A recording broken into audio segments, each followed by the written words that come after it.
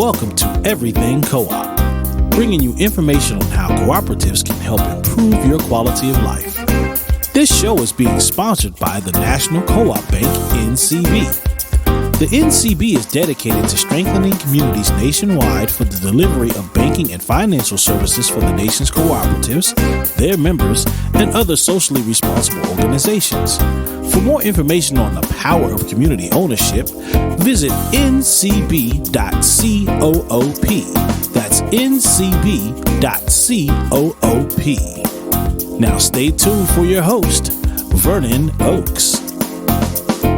Good morning, everybody. This is Vernon Oakes. Welcome to Everything Co-op.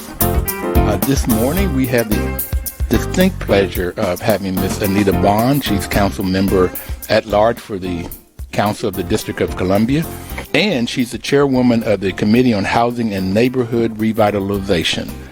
Good morning. Good morning. It's a pleasure to be here with you.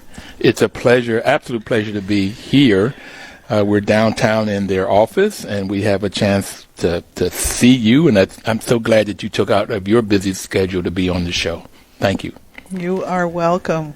And I'm also really pleased that you started the Limited Equity Co-op Housing Task Force.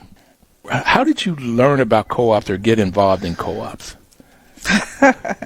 Well, co-ops have been around since the 1950s with the National Housing Bill that was passed by Congress in those days. The whole idea was to help people of very limited income have an opportunity for ownership. Since I've been on the council over the past 6 years, I've had an opportunity to talk with members of cooperative living, particularly the limited equity co-op members, and they've had a multitude of issues. Yes.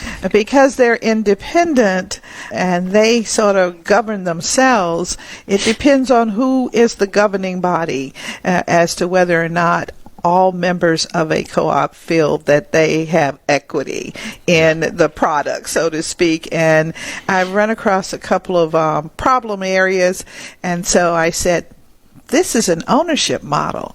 My goodness, we should ask that more of these types of structures and living conditions be a part of the District of Columbia.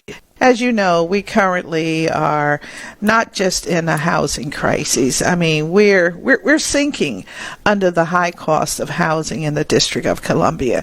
And if you look at even those persons who are at the high end, 150,000 or more income, they too are suffering.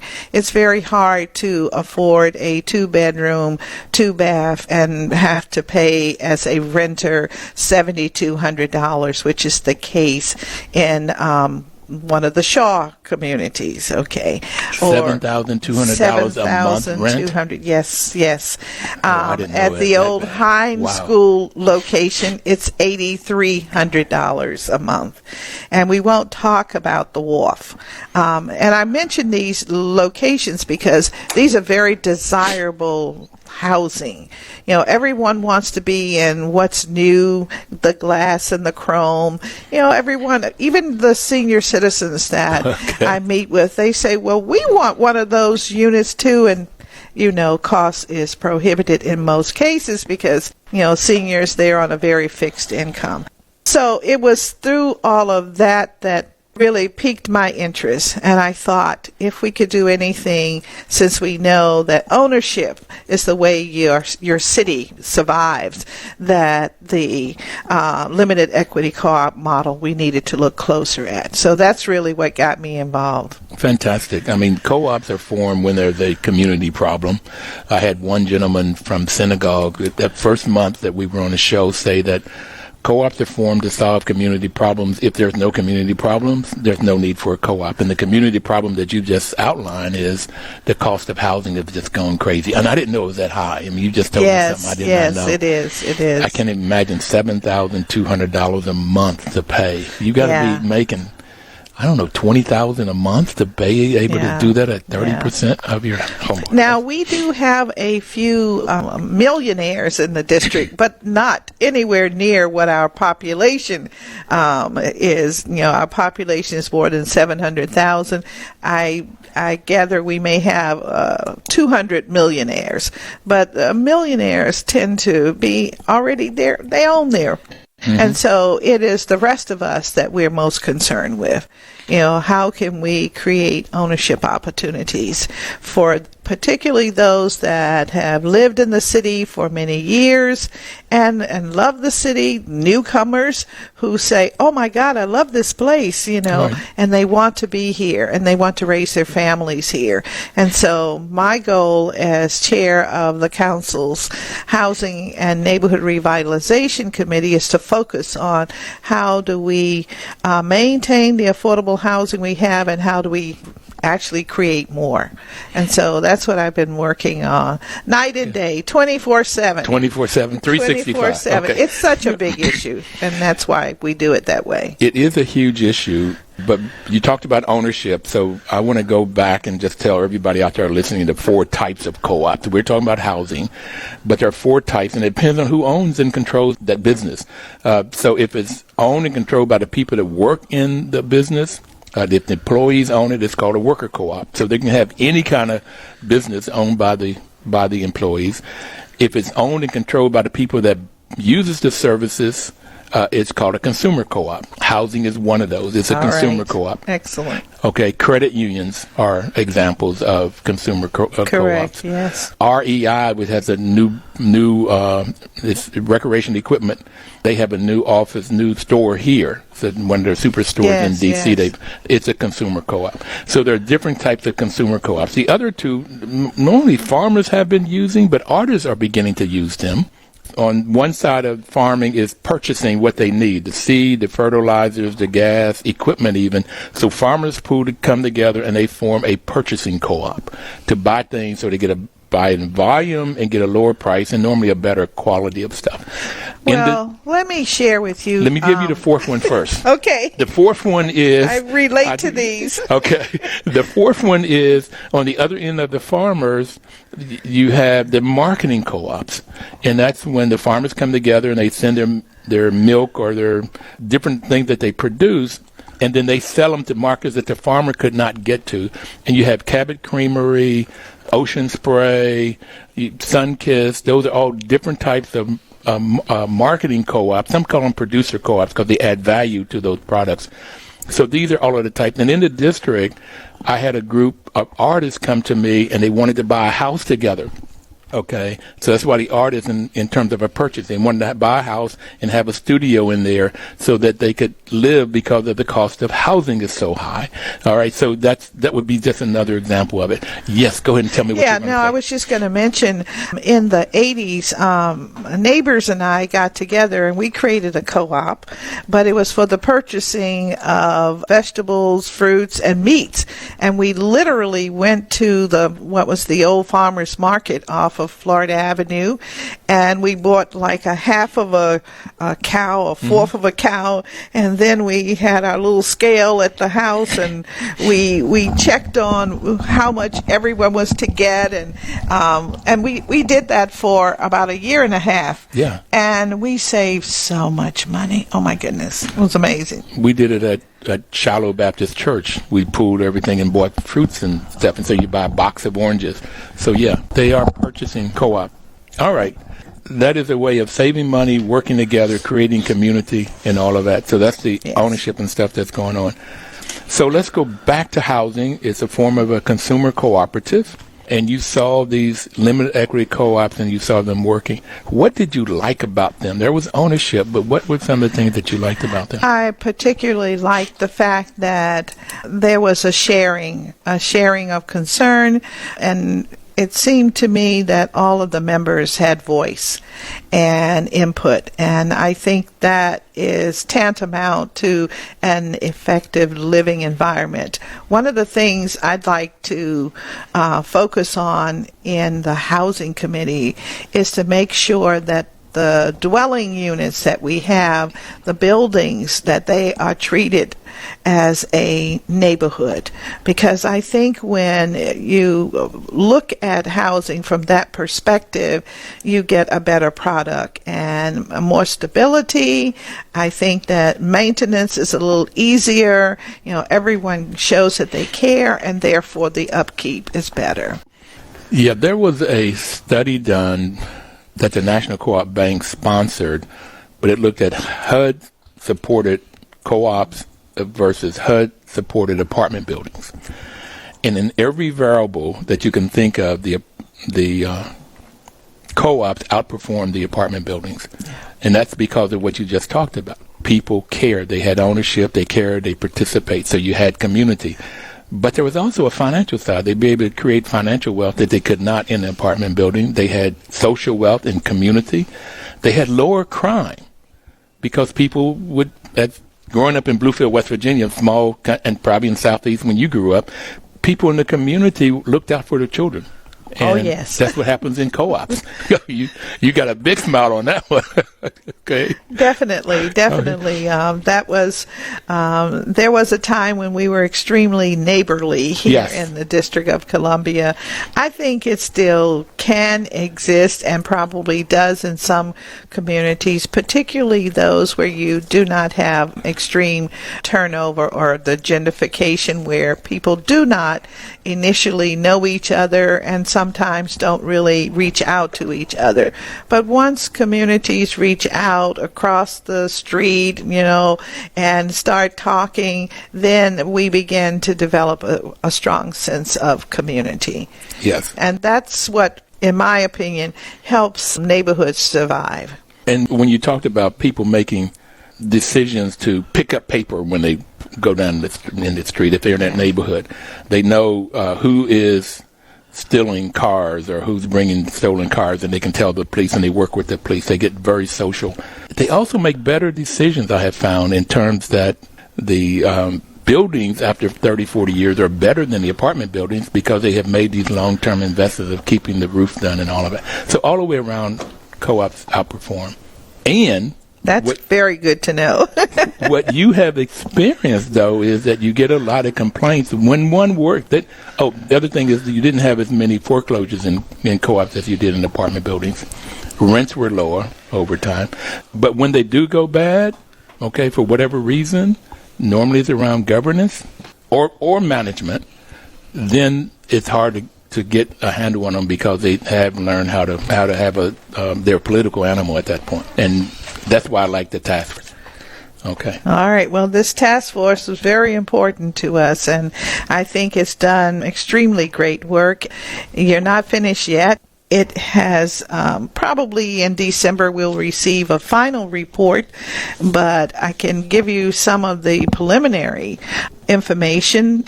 One, the organization, I think, 13 members, 9 members? On the task force? Yes, 9 members on the task force that have fully participated.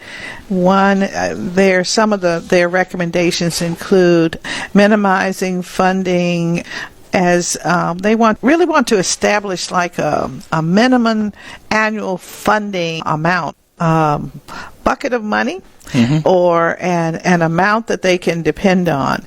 And currently we have, when we talk about housing in the District of Columbia, it's primarily through the Housing Production Trust Fund. Okay. I need you to stop because we're going to go on our first break. And we'll come back and look at the other recommendations. Okay. All right. We'll be right back. Thank you.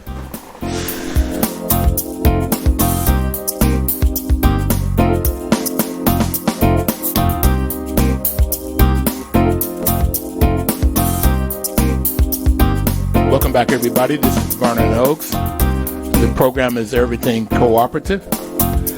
We have Anita Bonds, Councilmember at Large for the District of Columbia. She's also the Chairwoman of the Committee on Housing and Neighborhood Revitalization. So she created a task force. Matter of fact, she created a bill that created the task force on limited equity cooperatives. And we were talking before we took a break about some of the recommendations of this task force. And I want to get to that Councilmember Bonds. But I just got a burning question is, how did you end up going from Southeast to Berkeley to go to college? Well, in those days, let's see, how do I put this? I always had an interest in the sciences. I also had a tremendous interest in the arts. And so during summer break from school, when I was from junior high on, instead of being out and jumping up and down, I was somewhere painting. Okay. Wow. Yes. I was doing that. That was my enjoyment, and I also made a different cookie every day. Stuff like cookie? Yeah, different. Okay. My boyfriend had to eat cookies with pieces of fruit in it and all kinds of stuff. Test kitchen, yes, test kitchen. So I did that kind of thing, and chemistry was always my love. In fact, in high school, in my junior year, senior year, I walked around with my lab coat almost all day because all day. Yeah, because I had finished most of my curriculum, so I only had like 2 classes. So, but I was there and I was in the lab. I absolutely adored it. Organic chemistry, I loved. So the situation is with family where my auntie, she had a relative in every state where I was thinking of going to school except California. And, you're going to stay with cousin Mary Ethel if you go to Philadelphia. You're going to stay if you go to Massachusetts. Okay. And then I said, College of Chemistry. And so there were 2 colleges of chemistry then. One was in Michigan and the other one was in California. Well, I had not been to either. Michigan told me cold, California warm. Warm. That was how the decision was made. Fantastic. I mean, it's the truth. What can I say? What's so interesting is our similar backgrounds in that I grew up in Bluefield, West Virginia, but my grandmother taught me how to cook. So I was cooking for the family at 13. Wow. So, and I double majored in math and chemistry. And the reason I loved chemistry, it was like cooking in the lab. And I worked my way through college by working in the chemistry lab. And I love chemistry, but I've never used it afterwards. Do you use it at all on the council? Okay. Of course not. Of course not. Except in, human relations.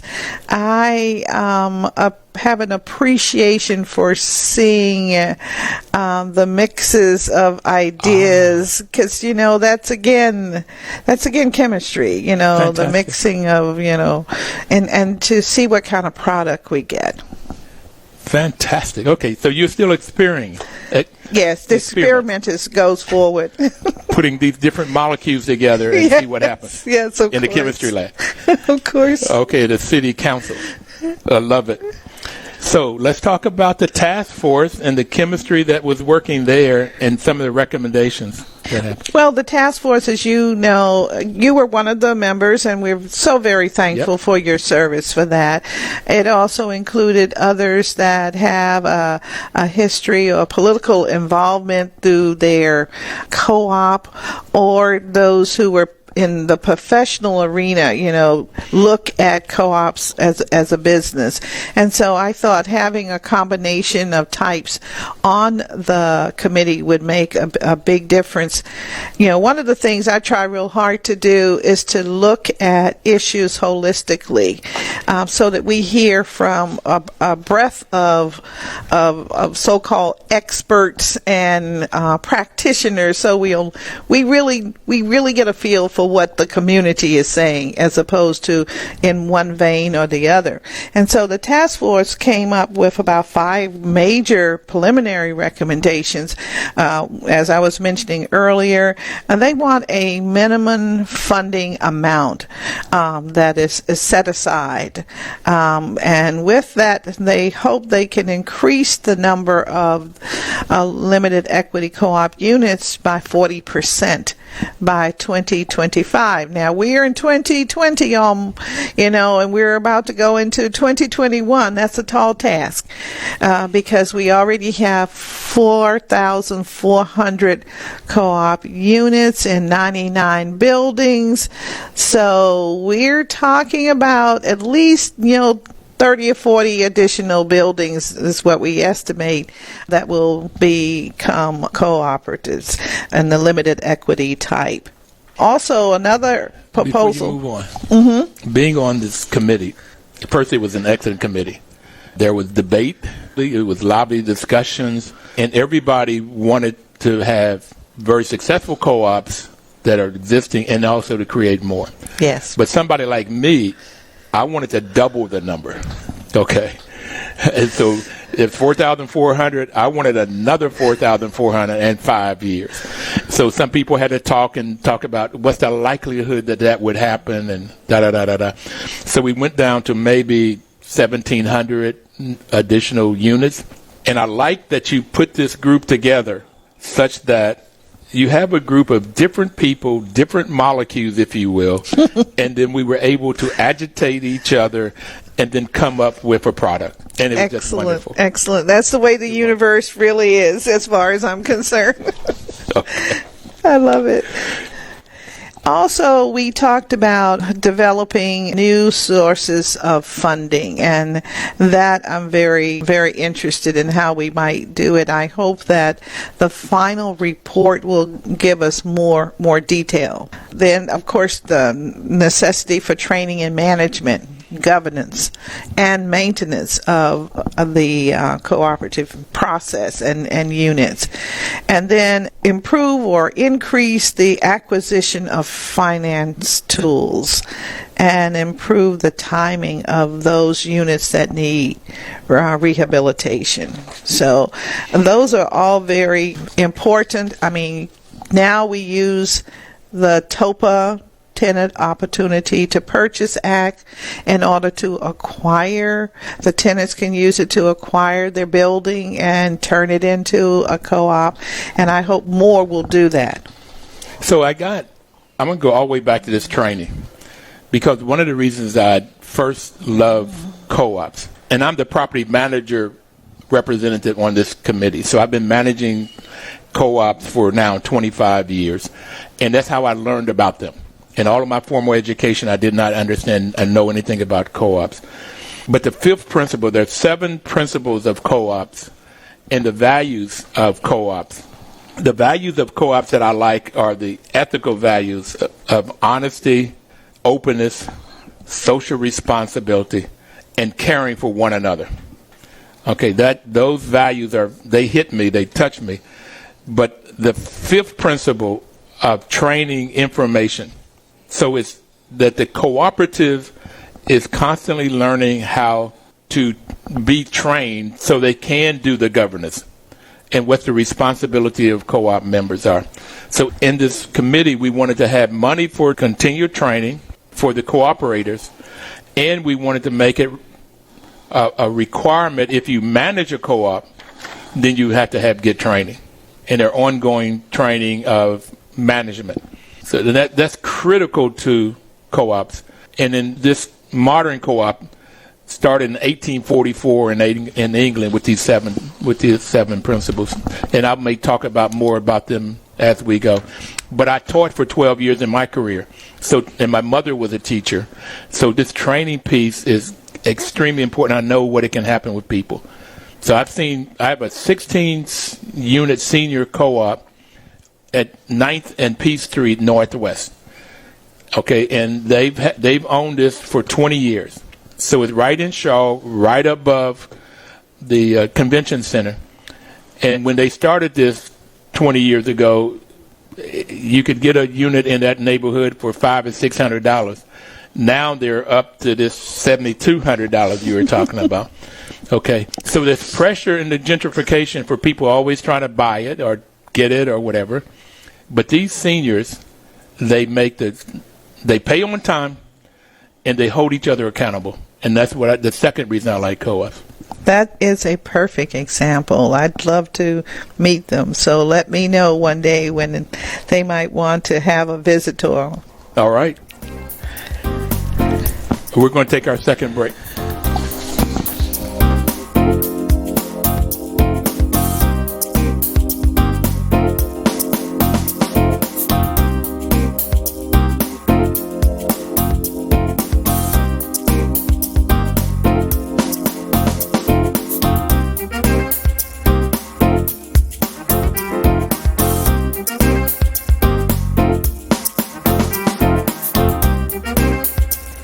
Welcome back, everybody. This is Vernon Oaks, and the program is Everything Cooperative.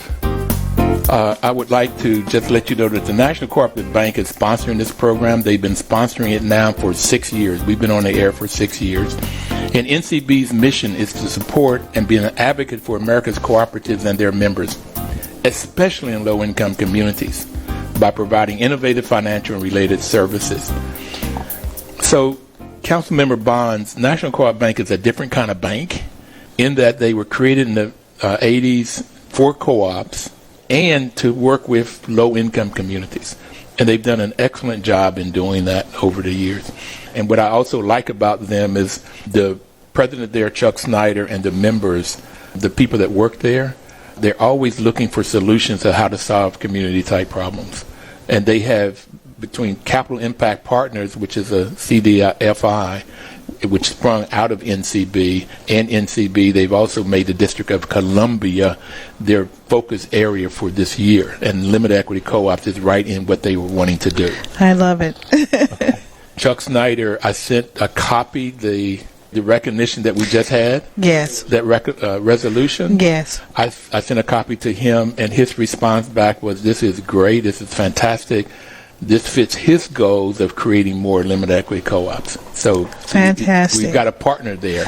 Oh, I'm looking forward to not just this partner, but any other partners that want to help us make ownership a reality in the District of Columbia, and particularly for persons who have been here, as I mentioned, usually long term, but they really don't have the economic income that modern jobs afford them, because many of them have, the District of Columbia is sort of like its economic base sort of shot up in the last, 5, 7, 8 years. And that has created extreme pressure on the living environment. We have approximately 80,000 rent control units in buildings that were in existence prior to the 1977. And those we were able to help and keep the rent low, somewhat low in those buildings, because the amount of rent increase is restricted. Right. But then you have those buildings built after 1976 and up until, that really, but certainly those, I would say, from 1977 probably to 1997, which would be buildings that may need some repair. They're older stock, and the rents have been sort of what we call naturally affordable, not at $7,200 a month, okay, but more in the range of, anywhere from $800 to maybe $1,800 a month. And so we want to find a way to keep those units affordable. So that's a piece of what I'm working on, and it just seems to me, using TOPA, we might be able to encourage the tenants associations to become an ownership and engagement, coupled with the training that you're speaking of, which would certainly be necessary, because people do need that training as to how they're going to manage and govern this. Absolutely. And what are the maintenance requirements? In most instances, you're going to have an old boiler system Yep. You've got to take care of that. And all of the HVAC probably needs to be replaced. If they have HVAC. Yes, exactly. If they have air conditioning, correct. So those are the considerations that we're looking at. And I'm also asking now, what is the government's responsibility?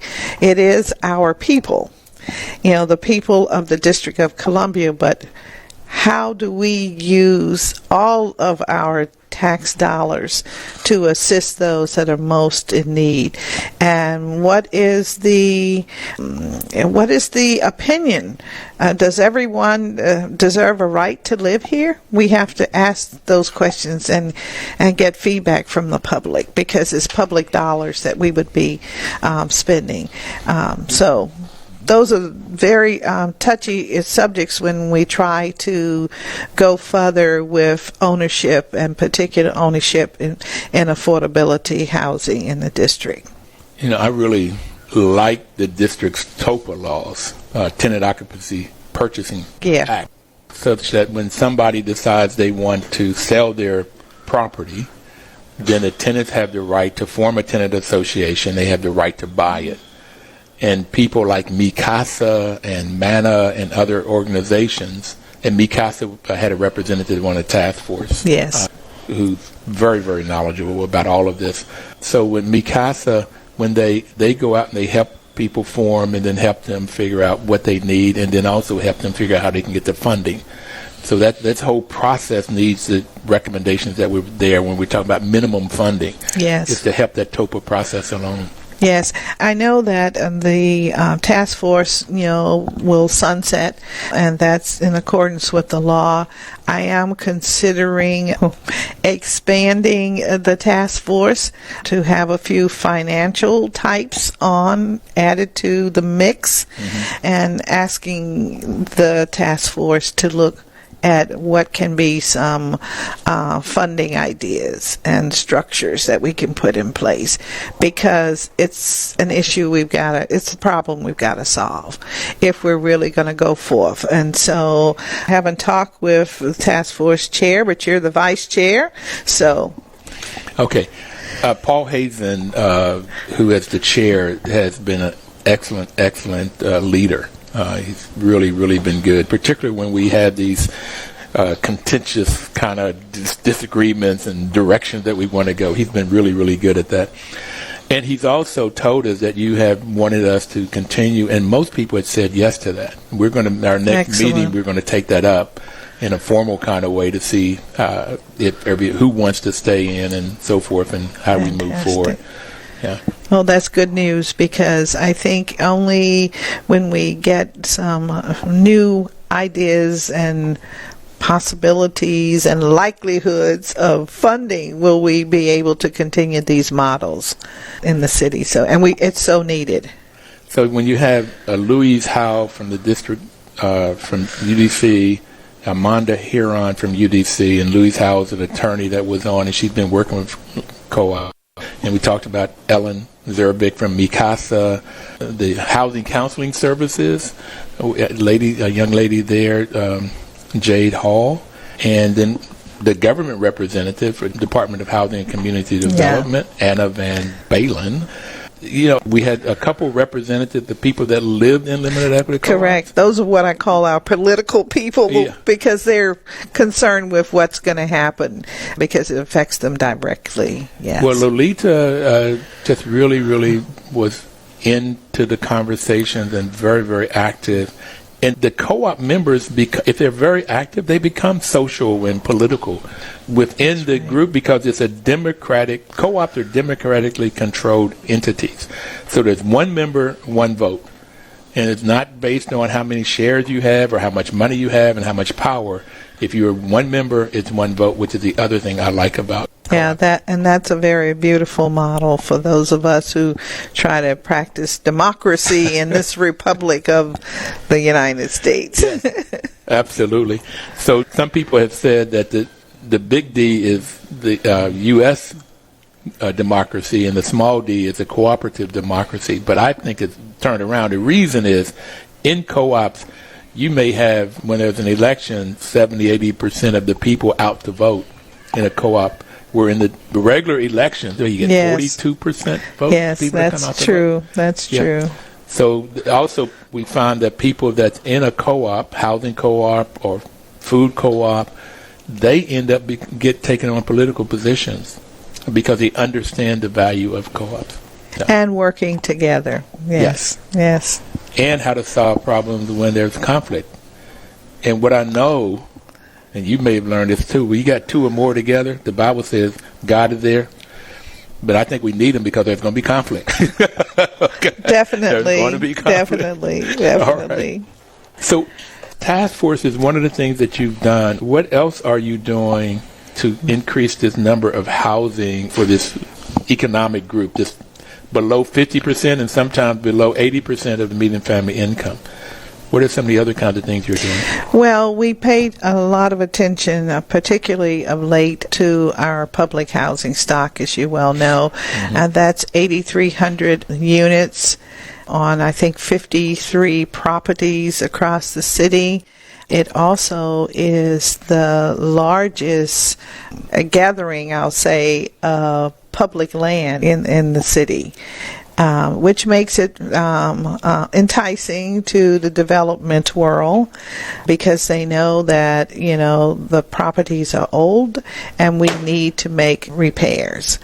And so how we make those repairs and how we take care of the approximately 18,000 district residents that live on those properties today is very important. And there are a number of strategies in place, but there are a couple of principles that we subscribe to.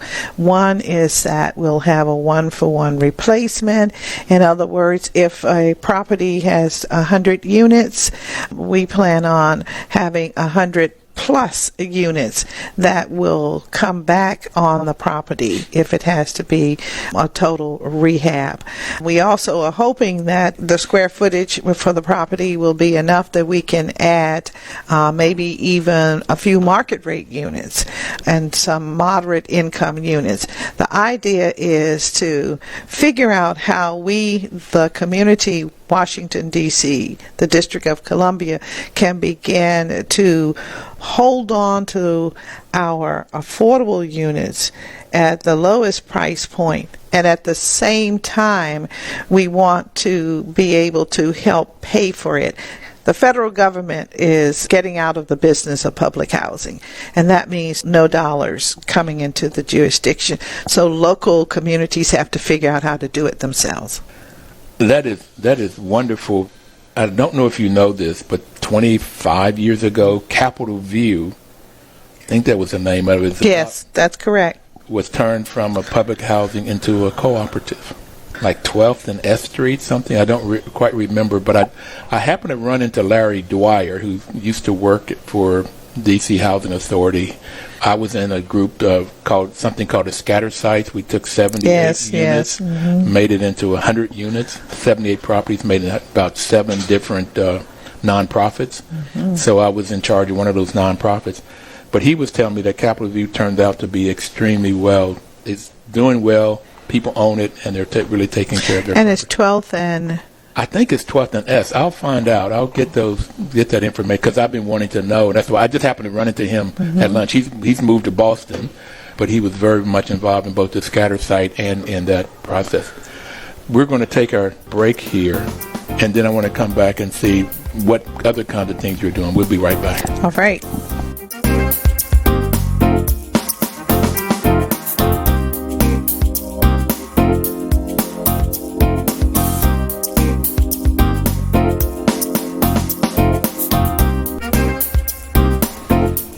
Information is power, and this is the reason the WOL is a great partner for this program. We're giving you information about cooperatives. Either you can go out and start your co-op if there's a community problem that you want to help resolve, or you can go look for a co-op, either housing co-op or credit union or any particular kind of co-op in your neighborhood, a food co-op. So you can look for a co-op and then become a member and have a say in how that co-op runs, and maybe even run for the board. So that's what the kinds of things you can do with a co-op. But we're here now with Councilmember Anita Bonds. And I just want to quickly, Councilmember Bonds, talk about the principles. So I talked about 7 principles. The first one is volunteer and open membership. So it's open to anybody, regardless of gender or race or political or religious. You don't discriminate. The second one is democratic member control. We've already talked about that one. 1 member, 1 vote. The third one is member economic participation. So there's a buy-in. And for housing, it's normally called a membership fee. It could be the same thing as a 1-month security deposit. For a larger co-op, it could be $20,000, $100,000. There's some buy-in. And then the second part of that member economic participation is if there is a profit or surplus, then that gets to be shared by the members if the members decide that. They could decide to keep that money into the business for growth. They could decide to spend some of that money to help solve other community problems, to donate some of that money, and they could give dividends to the members. That's the third principle. The fourth one is autonomy and independence, and this is where government has to be really concerned and not want to try to get in and tell the co-op what to do. In some of the loan docs, they do say things like you can only rent to people that are or sell to people that are 50% or lower of the median family income. That's not what we're talking when we talk about autonomy. Is that they could get a chance to put their policies and procedures in place, and that's the fourth principle. The fifth one we've already talked about: education, training, and information. And then the sixth one is really nice, and that's called cooperation among cooperatives. So that we want the food co-ops working with the housing co-ops that works with the credit unions to build a bigger group of an economic. And then the seventh principle is concern for community. And that's sort of built in the DNA, that we really look for ways of working with communities in different kinds of ways to solve particular problems. So with that, I love co-ops. I just wanted to tell you these 7 principles. I love it, and I'm so happy you shared with me the 7 principles, because when you spoke of them earlier, I was trying to write them down rather quickly, so thank you. I guess I come at this a little differently. I'm trying to help solve the housing affordability issue that we're faced with, and so have been focused almost exclusively on what can we do and what can government do. And I think in the training arena, we can put in place some regulations that stipulate that training is necessary. Yes.